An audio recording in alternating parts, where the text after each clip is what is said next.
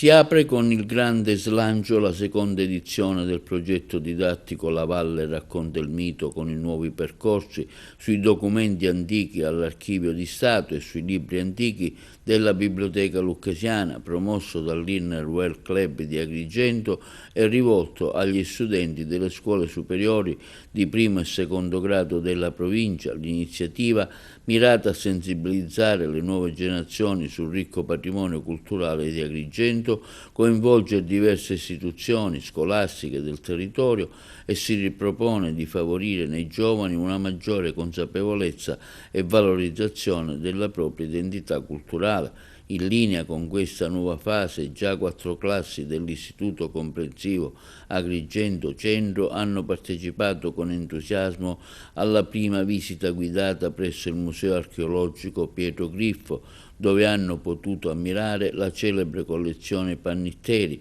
compiendo un primo passo in un percorso di scoperta immersiva